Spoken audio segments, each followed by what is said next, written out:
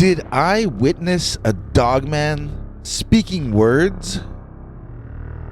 Dear Scary Stories NYC, I'm recording this email to you by speaking, and my grandson claims that he will edit it into a typewritten form to send you. I hope it makes some sense by the end of the process. This is about something that happened in the previous Great Depression, back in the late 1930s, on the outskirts of Kalkaska, Michigan, home of the National Trout Memorial. Of course, Kalkaska wasn't as built up and modern back then as it is now. It was barely a country town in those days. That was where my Dogman experience happened, the one my grandson wants me to tell you about. You should know that I was born April 5th, 1926, the same day as my favorite filmmaker, Roger Corman. He had been one of my favorites, but then I found out we were born on the same day, and that's when he became my absolute favorite. He's still making movies, and I'm still telling my old Dogman story. I hope we both make it to 100. Here goes another retelling. My brother Abel had already told me about his encounter with the Michigan Dogman before we both had our collective Dogman experience. So even before I saw the creature, I knew it wasn't just a fable. I definitely knew that this thing lived in those woods before I had my own sighting. And yes, we did talk about the werewolf back in those days. At least us kids did. I don't really know about the parents and older people. But if they didn't talk about the werewolf, it was probably because they just hadn't run into him yet. What happened with Abel, my older brother, was he was never happy with what we had. He was forever wandering off, bringing animal pelts and other things we owned or made or grew, and trying to trade them for strange items that we couldn't make where we were. And so, one day Abel had journeyed all the way to Lake Skegamog, and he traded useful items for trash, like comic books and used movie posters. Imagine bringing home old movie posters for films that had already finished their run. I never understood how Abel survived. He reminded me of Jack and the Beanstalk. So, on his way back from Lake Skegamog, Abel was walking down a path through the woods in the dark night. That's another reason I prefer to own a lot of land and stay on it. I can light the pathways for when I want to walk around at night. Abel, out there miles from home, was forced to walk through the woods in the dark, which must have been very terrifying just by itself. But then, when he heard that big old wolf howling out there, he must have felt more alone than alone. Abel told me he could hear someone or something tailing him in the woods, almost like an echo. Whoever it was would walk when he walked and stop when he stopped. Abel was getting so scared that he was out of breath and exhausted. Being scared can be tiring and draining. The weaker Abel got, the stronger his adversary grew, until Abel was forced to slump down by a tree and lie there, recuperating, barely able to even move.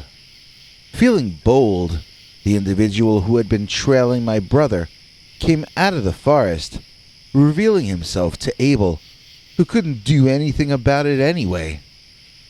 Abel told me that what he was looking at was not an ordinary man. It was possibly not even a man at all. For one thing, he was covered entirely in fur, like an animal of the field or the woods. Secondly, he had a head which resembled a wolf in some ways, and a hunting dog in others. It did not look like a human head at all, in spite of the fact that the creature walked upright, almost as erect in posture as a city gentleman. In other words, it did not slouch like a gorilla or a chimpanzee. It walked like a man, yet possessed the face of some kind of mongrel. You can imagine how surprised I was at this narrative. The only reason I wasn't panicked while listening was that it was my brother himself relating the tale. I knew he was going to survive the story, so I was able to keep my blood from boiling over. I don't know what I would have done if I found myself in my brother's situation, too tired to move, being approached by a monstrous werewolf-like being from out of myth and legend. I asked him what he did, and he had to confess to me that he didn't really know. He just remembered waking up hours later when the sun was coming up. I accused him of having dreamed the incident, but he said it was not a dream. In fact, the shock of seeing the dog-headed man is what must have caused him to pass out. He insisted I pack and join him on his next trip, and then he would show me the place where the Michigan Dogman lived. Like I said before, even the big cities in Michigan were not as big as today back then, and a lot of people made their living off of the earth, off farming and hunting and fishing. Plenty of days during the summer, we could produce enough food for ourselves to get by without ever once venturing off our own land. In our minds, during that terrible time of starvation, we felt as though we were very rich people. We said prayers of thanks every single day, and we knew how quickly our fate could change. So when Abel wanted me to follow him to the strange place where he had been chased to by that terrible dog-headed beast, I declined the offer. I told Abel there was too much work to do on our own land, and if that dogman wanted an audience with me, well, then he could come and meet me right where I was. Any patch of land is as likely as any other patch to have something special or magical happen. But the land decides. One time I was messing with my sister, and I took her ring, and I put it in a little hole in the ground I made with my finger. She cried about it, so I told her I'd get the ring back.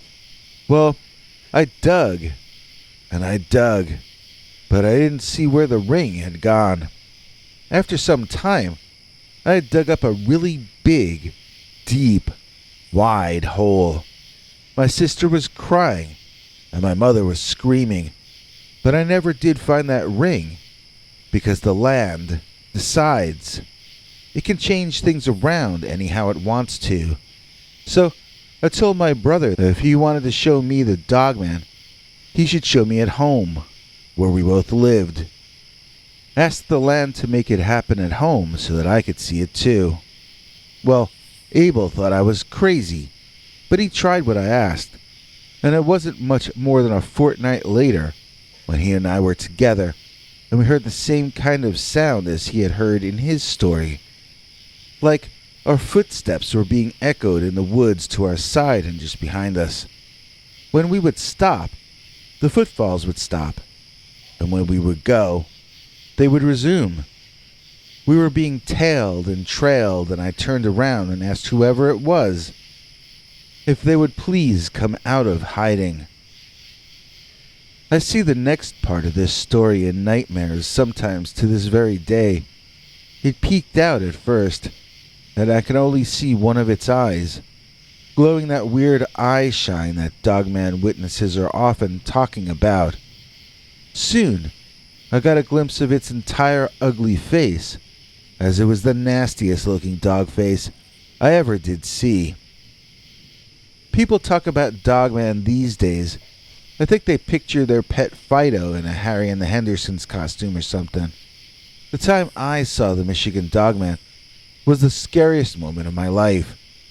You saw that thing, and you felt fear. It looked like a horror movie. In fact, horror movies didn't look as spooky back then as this thing looked. I mean, if that was special effects, it was 60 or 70 years ahead of its time. When that dog-headed caveman moved out into where we could see him, he sort of creeped out. He lurched out. He seemed to want to be scary. But then, still partially hidden behind a tree, the canine-headed humanoid began, with great difficulty, to try to create vocalizations. He mostly looked upward toward the sky when making these noises, which ranged between moans and howls, producing a variety of both vowels and consonant sounds. At the end of each barrage of noise, he'd look in our direction sadly, then begin another combination of vocalizations. "He sounds like he's speaking in complete sentences," I said to my brother, who waved me off. When the bipedal canine spoke and emoted, the process looked extremely difficult. He seemed as though he were straining to the utmost to pronounce the words just so, even though I personally could derive no meaning from any of them. My brother Abel never agreed with me on that score, always insisting to his last day on earth that it was just an upright walking dog whining, because that's what stupid dogs do, whether they walk on 2 legs or 4, 8, or 12. It sure did look to me as though it were trying to speak to us, especially the way it would regard us in between each sentence. But I might be wrong about those being sentences, and I'm no dog, so I can't really know what a feral dog's facial expressions mean. Then again, maybe my brother and I were both sort of right and sort of wrong. Maybe the creature really was trying to communicate something to us. But maybe it was just a typical dog kind of thing, like threatening to eat us, or conversely, begging us for food. Maybe it was hungry, and it was asking us to throw it a bone, that's all. At any rate, when Abel got too scared of the thing talking to us and eyeballing us, he fired his rifle once up in the air and tried to make a mean face at the critter. I saw his face, and he looked more scared than mean to me. I won't say the Dogman ran off exactly. It sort of gave Abel a look like he thought he was being a bit of a jerk. Then that Dogman walked off away, leaving us alone. That's kind of why I think he was just trying to scare us into sharing some food with him. If he really meant us some harm on that day, I don't think Abel's pea shooter would have been enough to scare him off. Besides, we'd had the land invite him after all. So we shouldn't have been so surprised to see him there. To me, the surprise was what he did once he arrived. Even if all he was doing was asking for table scraps or threatening us, he was trying to communicate something. Maybe people who want to understand these creatures are going about it the wrong way. I almost want to say that you need to go back to the old ways and ask the land itself to invite the Dogman, but I don't want to be responsible for people who don't understand what I'm talking about, doing something to bring danger upon themselves or others. Inviting apex predators, especially mythic ones like the Michigan Dogman, into your life is as dumb as inviting a vampire into your home. You shouldn't do it. But if you already are one of the people who listens to the soil and sometimes tries to communicate with it, then some parts of this story might prove useful to you. Just be careful and realize that sometimes it's easier to invite something to your land than it is to get it to leave. If you survive, then it will certainly be an eye-opening and mind-expanding experience.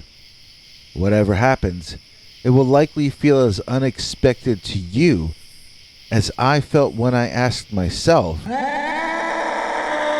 I witness a Dogman speaking words? Dogman involved in my brother's disappearance? Dear Scary Stories NYC, I have a Dogman story for you that happened when I was 25 years old, and my brother we can call Sage was 19. I was set up in my own business and already living the life of a boring old adult, while Sage was kind of a very moody teenager, which I guess was sort of the fashion back then in the 1990s. My business owned a building about midway between Rockford and Sparta in Michigan, which is where my Dogman conflict occurred. This was a Friday afternoon, and I was rushing to get a lot of work done before Sage came to pick me up and bring me to the family's house for dinner. I was still visiting my family on Wednesday and Friday nights when I didn't have a date or other plans. The situation I'm about to describe happened by chance, but it devolved into a crisis because I allowed myself to get distracted by mentally juggling my work and family plans. I was thinking about other things while taking some garbage out to the back of the building, instead of being present in the moment and aware of my surroundings. Normally, when I reached the bottom of the back stairwell, I'd open the door by the garbage dumpster with my shoulder. Swinging outside, I would then hold the door open with one foot and toss the plastic garbage bag into the big dumpster outside the back door. On this particular occasion, with me distracted the way I was, when I opened the door and saw a larger-than-life werewolf leaning into the dumpster, rummaging through our trash to find stuff to eat, I'm afraid I allowed the garbage to slip from my hands and listened as the door slammed shut behind me. Now, anyone can get taken off guard sometimes, and an 11-foot tall dog-headed ape man can be a surprising thing to have to wrap your mind around in any moment. But I don't forgive myself for such an amateur mistake. I grew up in Michigan, and I always firmly believed in the Michigan Dogman. When I was younger, I believed it walked on all fours. More recently, I came to think of it as a bipedal upright canine. But never in my life have I doubted that the Dogman was real, and that he was around us all the time. So why, when I finally had a chance to be face to face with one of these creatures or entities, did I drop the ball? Or I suppose I should say, drop the garbage bag. As soon as that door slammed and locked behind me, I remembered that I had left my keychain upstairs. I was only intending to be gone for a second after all. Now, instead, because of my daydreaming, I was locked outside and cornered in 3 directions by a locked door, a garbage dumpster, and a very large Sasquatchian dogman. I had thought the dogman was standing up by leaning his weight on the garbage dumpster, but now he took a step over and stood freely like any man or woman would. I suppose I should pause the story and give you a better description of him. So, the big wolf-like grayish-brownish canine-headed ape man was so big that when he took a step to the side to block my path, he blocked the wind, and he gave off warmth. His fur was unkempt. It almost looked like dreadlocks in some places. The creature seemed as though he could use a good brushing. Everything about his appearance seemed straggly and gross, and yet at the same time, his demeanor was wiry and energetic. He was taller than the tallest basketball player, and in spite of giving an overall impression of being extremely thin, his arms and legs were far thicker and more muscular than my own. He was a one-man wall, and yet his height was so great that he seemed almost skinny. I looked up briefly at his face, which was that of a feral dog, like an ancient wolf head possibly. He looked alive and dead at once when I saw his face, like you could see the skull moving under the skin, and imagine both simultaneously. The sun was directly behind his head, so it was painful to look at him in more ways than one. I averted my eyes downward to view his giant dog feet, each as large as my own feet, yet seeming tiny under his massive frame. Seeing as I only had one direction open to go in, I slowly walked backward that way, toward the other corner of the rectangular brick building. I was in the back, but there was a parking lot on the side I was backing toward. If I was lucky and people were over there, I might be safe once I got that far. Staring downward in order to watch the feet of the canine cryptid, I moonwalked toward the parking lot. It was standing perfectly still, allowing me to leave slowly. Once I got to the corner of the building, I saw a couple of potential clients and waved to them, trying to act as though everything were normal. Then I walked around to the front of the building and alerted security that there was a bear in the garbage dumpster. I have no idea what they did with that information. I went in and tried to finish up my work, but I had just had a somewhat traumatic experience. I couldn't wait to talk about it with my family that evening over dinner and see what they thought about the Dogman coming right up to my building that way. So my brother Sage never came to pick me up that night, and I never did get around to discussing my Dogman encounter with my family, at least not for a long time afterward.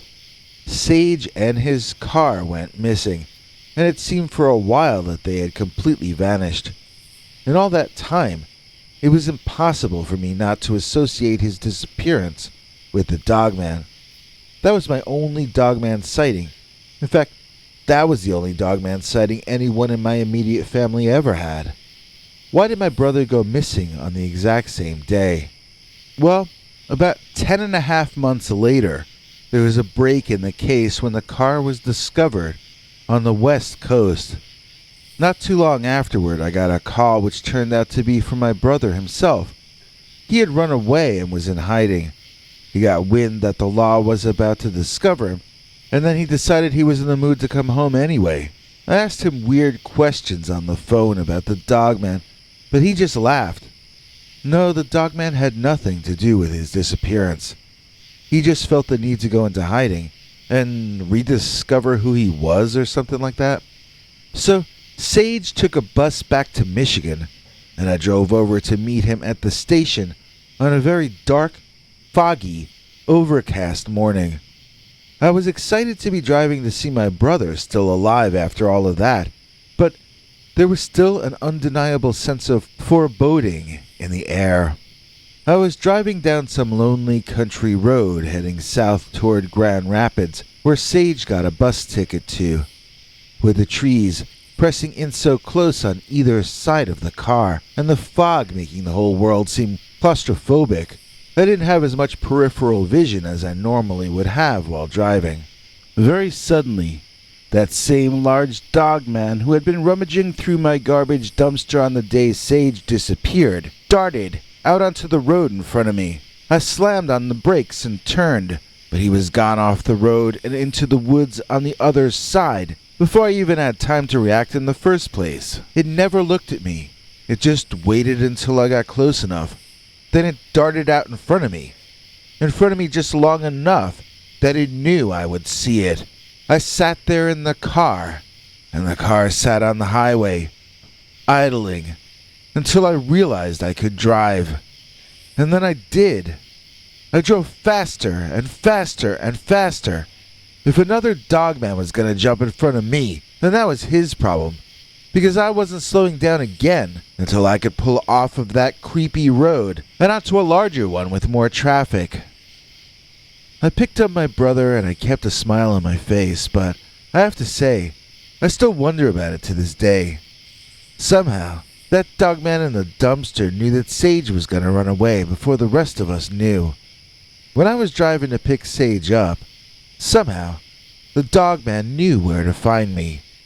He just needed to communicate that one small message to me. The message being, I told you so.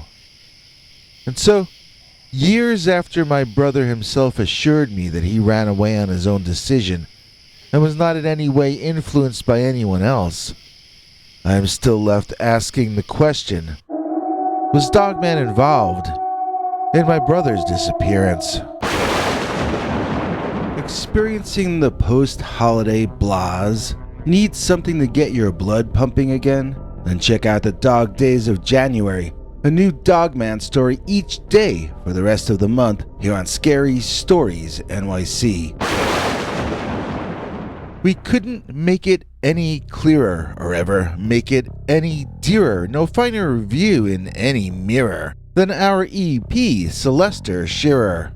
Please join us in thanking our newest PayPal subscriber, Celeste Shearer, for making this episode possible. In exchange, Celeste gets to view our weekly Sunday night secret uncensored stories, far too wild to ever run on this channel, as well as our over 21 hours of archived scary uncensored Dogman stories with a new volume coming soon. You too can get these perks and more by either joining our PayPal subscribers club at peterbernard.com or else by clicking that join link under this or any of our videos to become a Scary Stories channel member. And now, here's TV spokesmongrel Henry Lee Dogman to explain any parts I may have left out. Hank? Thanks for watching till the end. If you liked what you saw, please consider clicking like on the video or sharing it with your friends and family that you think might also be interested. If you would like to see more of our work, please consider subscribing and hitting that bell icon next to the subscribe button so that YouTube will alert you when we put out a new video. To become a channel member and gain access to our special perks, you can click that join link under each of our videos. Another option is to join our PayPal subscribers club at peterbernard.com. You can join for as little as 99 cents on YouTube or $1.50 at peterbernard.com, and that gains you access to our weekly secret uncensored episodes. If you'd like to see our 21 hours of archives of uncensored Dogman stories, then please join at the $3 level or above. To get to watch our shows in advance of the public, please join at our $10 level. That gets you all the perks. If you join our channel memberships, you need to check our community page here on YouTube in order to get the links to the secret videos and other perks. If you're in the PayPal subscribers club, Peter will email you all the news and links himself. Once joining the PayPal club, which is Peter's homemade club, please give him a chance to see that you've joined and to compose you a personal welcome email, as none of that is automated. But whichever you join, we'll name you an executive producer for the next available episode. Do you have a scary experience that you'd like to share with us? You can email us at scarystoriesnyc@gmail.com or call our Scary Stories voicemail hotline at 804-LA-SCARY. That's 804-537-2279.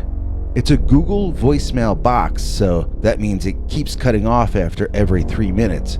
If your story is longer than that, please keep calling back and we can piece it together on our end. Good night, and have a scary tomorrow.